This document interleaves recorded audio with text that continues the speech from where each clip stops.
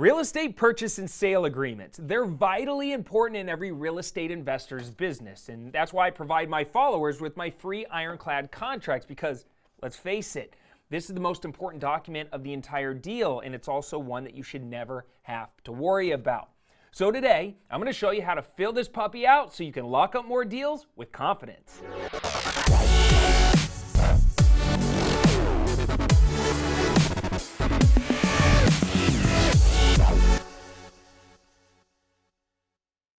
What's up, clever investors? Cody Sperber back again, and in today's training video, we're going to go over how to fill out an acquisition, purchase, and sale agreement. Now, this is the document that you're going to use whenever you are locking up a potential wholesale deal.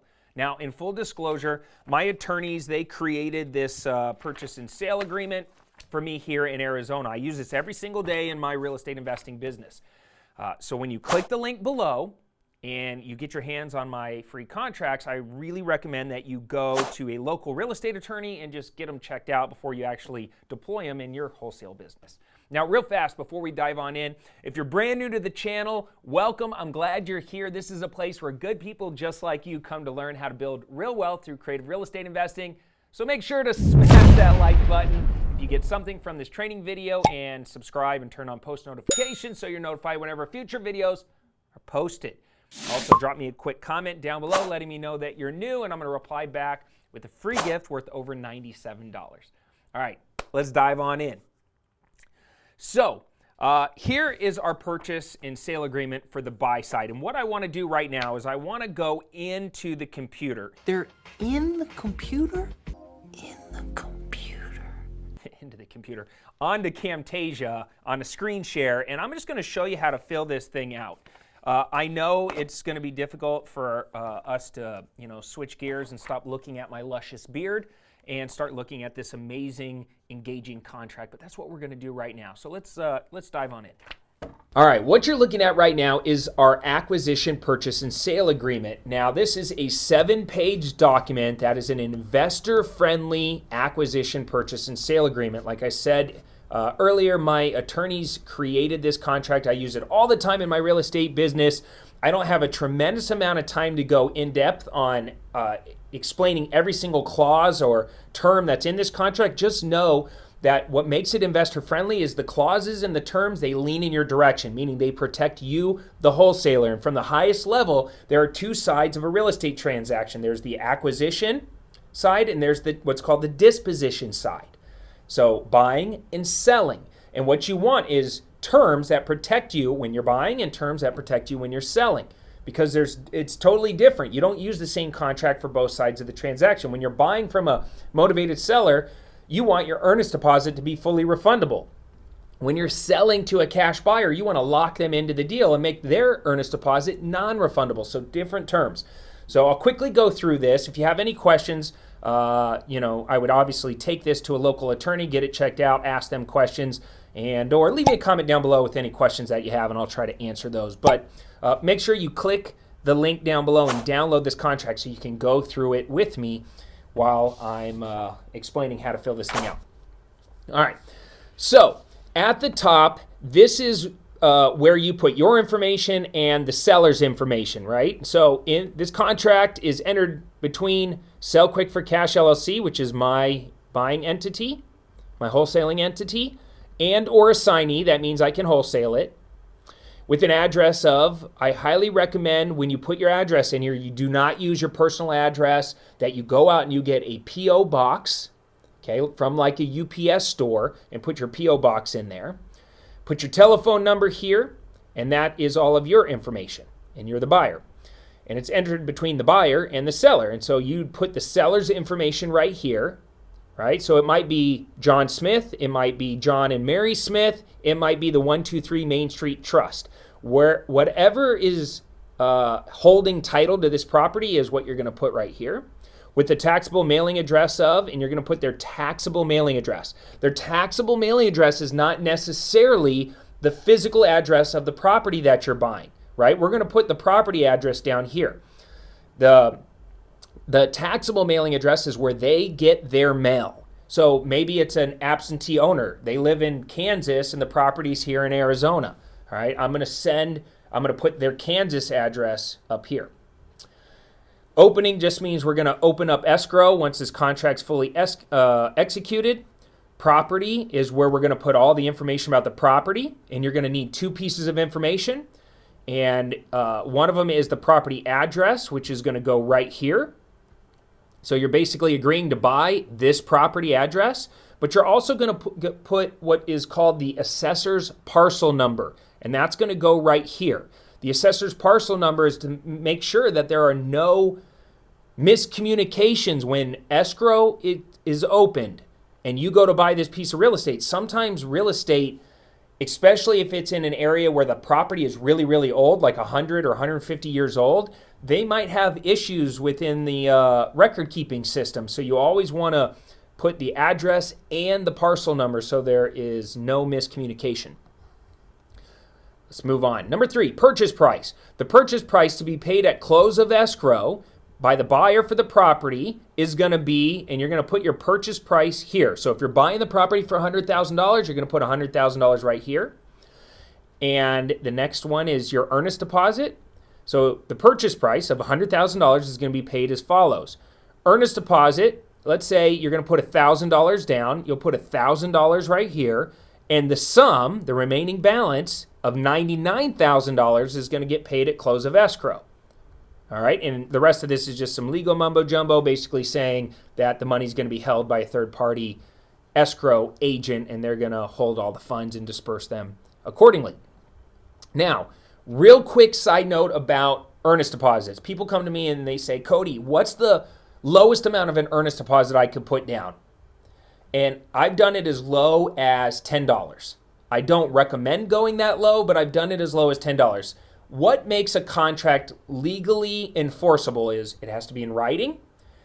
Both parties have to sign. Both parties have to be of what they call sound mind, meaning you can't be drunk or on drugs or anything like that when you enter into a legal agreement. And there has to be what's called consideration passed. Consideration is something of monetary value, and that's normally in the form of an earnest deposit. So the way people could poke holes into a wholesaler's operation is if you create the habit or the practice of only doing like $1 or $10 earnest deposits because you just don't want to put out a lot of money, or maybe you don't have a lot of money, or you're just being, cheap. Well, they're going to look at it and they say, well, you never really had intention to buy the property. And that's where you can potentially get in trouble, is intention. So I've put down $10. I put as much as $50,000. My standard practice is if the property is worth $250,000 or less, I put $500, and if it's worth $250,000 or more, I put $1,000 or up to $5,000. It can get expensive when you have 10 or 15 or 20 escrows opened, because this is a numbers game. The way I look at wholesaling real estate is I go out and I lock up 10 or 15 deals. I might close on 5 of them. All right? It's just a numbers game. That means the other 10, I either back out of the deal and I want to get my earnest deposit back, or I try to renegotiate and get a lower price so I can actually move the deal. So put what you're comfortable with, but make sure that it shows the right intention. Escrow agent, this is where you're going to, your closing is going to occur. You as the buyer get to pick where your closing occurs. So you want to pick an investor-friendly closing agent. So I use Magnus Title Agency, a lady named Mo Perry, and her phone number goes here. The address of the closing agent goes here. Close of escrow. Pay attention because this language is very important. The closing date shall occur on or before whatever date you want this property to close. Because the way I look at it is, it's in your best interest when you're controlling a bunch of real estate to give yourself enough time to go and find a cash buyer. So you want to extend that time out as far as possible, maybe up to 30 days. However, when you find a cash buyer and you lock them into the deal, you want them to be able to close as soon as possible. So you want to be able to close on or before the closing date. All right? It also is good as a selling tool when you're explaining to the seller, hey, listen, I'm going to close on or before 30 days, but we're going to try to move as fast as humanly possible because It's going to take some time for the title to get cleared and for my title and escrow agent to do their job. But as soon as they do, a lot of times we can close before the closing date. So that gives them the peace of mind to sign the contract and move forward with it. All right, you'll notice in the bottom right-hand corner, it has an initial box. I always have people initial every single page, so there is no miscommunication. They know exactly what contract they're signing. Property turnover, it's just basically saying they're going to give us keys by 12 a.m. on the day of close of escrow. Let's say the seller has an issue with something in your contract. Being a good real estate investor is being what my mentor used to call a transactional engineer. And that means you can modify the terms of a contract on the fly, and you really understand your paperwork, so you can make those modifications and get everybody to sign the contract feeling like they got a win-win. So let's say they have an issue with this clause. Maybe it's this one. This one, a lot. I'll give you another example just because people have an issue with this a lot. Property condition. At close of escrow, seller shall deliver the property in neat and clean condition. Well, it might be a hoarder that lives there, and they're like, I don't want to clean any of this shit up. Or maybe you said, hey, one of the reasons that you want to do a deal with me is that you don't have to clean anything up. I'll just take it in its as-is condition. Well, then you get to this thing, and it's saying they got to, neat and clean broom sweep it, and they're like, whoa, whoa, whoa, that's not what you said. Hey, no problem. Let's just cross that out. You would cross out all of number 13, and literally both of you would just initial buy it. You're done with that. You move on. You've overcome that objection. You move on. So it's okay to change these terms as needed in order to get the deal done. All right, so property turnover, seller deliveries. This is, some more legal stuff about insurance and claims history. If you want to do that, I never really do that, but it's in here just in case you want it. If the property is occupied or being rented out by a tenant, you're going to want rent rolls, you're going to want leases, you're going to want, information about the tenant and their background. 8 is all about inspection period. Now, this is your escape clause in a contract, so it's really important to get this right. Now, I have it written into this contract that buyer's obligation, that's my obligation, to close the transaction are subject to the satisfaction of the following conditions on or before, pay attention, 24 hours before close of escrow. So basically, I have all the way up until the day before close of escrow to make my decision on whether or not I'm satisfied with this deal and I want to move forward. So I can cancel the contract up to 24 hours before close of escrow and get my earnest deposit back, walk away, and I'm out of the deal. All right, this is your escape clause. Buyer is satisfied with the, look at all the reasons why I can back out. That I have to be satisfied with the status of title to the property as disclosed. Buyer satisfied with buyer's investigations and inspections of the property. Basically it says that my business partner is going to be cool with it. I mean, I have every reason to back out and cancel the contract and entitled to get a return of all deposits and earnest monies. All right, so this is your escape clause. This is important. This is your investor disclosure. It's basically saying that, we are acknowledging that we're a real estate investor, that you might be selling for less than market value, that I might be flipping the property, renting the property, making a profit on the property, right? So it's just clarification. Remedies, if anybody fails to, comply with any provisions of the contract, that it's going to be enforced in the state of Arizona, and that any attorney's fees that are incurred to enforce it are covered by the other party. And this is all legal mumbo jumbo. This first one is something that you might modify in here. It's saying the property is not being used as a rental, because the way this purchase and sale agreement is set up is it's a vacant purchase and sale agreement. Let's say the property was being occupied by a tenant. You would just change this and get rid of the word not. The property is being used as a rental property, and you agree to turn over all rent rolls and any other information about the tenant as needed. Or maybe, and the tenant agrees to vacate the property before close of escrow. So you can add whatever is necessary to make it make sense to this particular deal.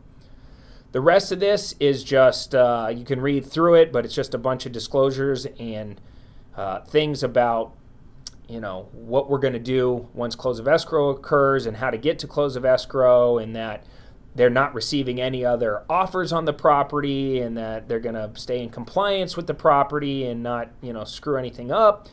They're basically claiming that the property's value is, or any loans, this is loans and encumbrances. So section F is all about payoff, and is basically saying loans and encumbrances secured against the property is estimated to be some amount. So maybe the seller says, yeah, I think I owe about $120K on the house, and you would just put $120,000. It doesn't have to be deadly accurate. It just gives us a ballpark, so that way when the title or escrow agent is going to close out the deal, if there's $400,000 of liens and encumbrances, but they put in the contract only $120, now they have to start questioning, why is there so many more liens or encumbrances? What is going on?